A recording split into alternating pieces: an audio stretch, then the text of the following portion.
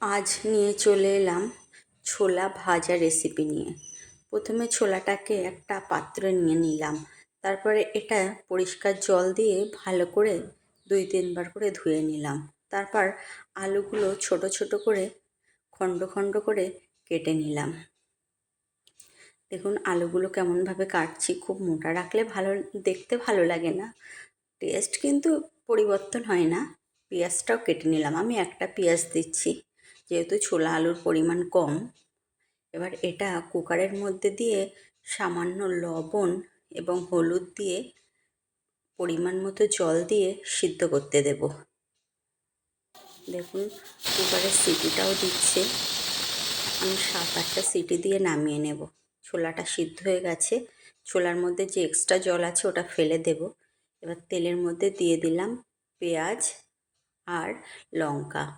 এবার একটু কাঁচা কাঁচা থাকা অবস্থায় দিয়ে দিলাম ছোলা আলুটা। এবার এটা হালকা হালকা করে ভেজে নেব।